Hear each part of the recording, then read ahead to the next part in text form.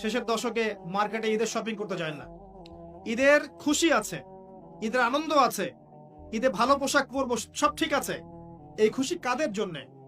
কদ আফলাহা মান তাযাক্কা ওয়া যাকারা ইসমা রাব্বিহি ফাসাল্লা।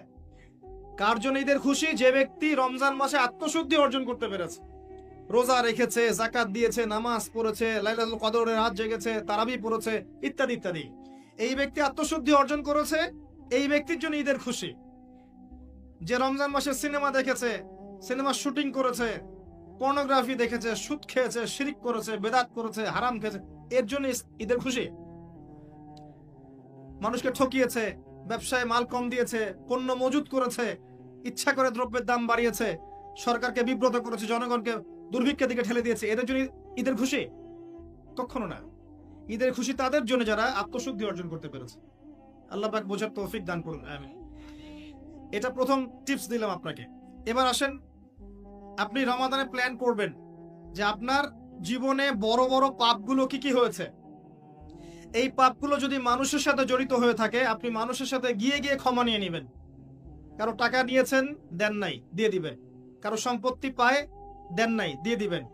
কারো হকটা নষ্ট করেছেন, গালি দিয়েছেন, গীবত করেছেন বা তহমত দিয়েছেন, অপমান করে ইত্যাদি, ক্ষমা চেয়ে নেবেন।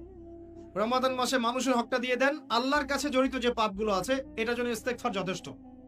খালি যদি বলেন আস্তাগফিরুল্লাহাল্লাযী লা ইলাহা ইল্লা হুয়াল হাইয়ুল কাইয়্যুম ওয়া আতুবু ইলাইহি, 1 সেকেন্ডের মধ্যে আল্লাহ পাক আপনার সমস্ত পাপকে নেকি দিয়ে পরিবর্তন করে দিবেন ইনশাআল্লাহ।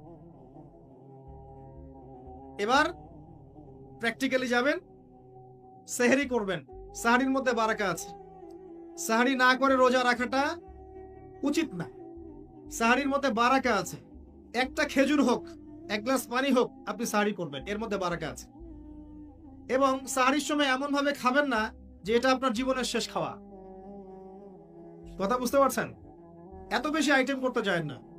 এত বেশি ভোগবিলাসী হয়ে গেলে রোজার আধ্যাত্মিকতা থাকবে না। সেহরিতে অল্প খান। যদি খেতে হয় পেটের 3 ভাগের 1 ভাগ খান, 1 ভাগ ফাঁকা রাখেন, 1 ভাগ আপনি পানি দিয়ে পূর্ণ করেন। এখনকার কিছু তথাকথিত আশেকা রসুলের মতো হতে যায় না, যাদের ভুঁড়ির জ্বালায় চেয়ারে বসতে পারবে, এই কাজ করতে যায় না।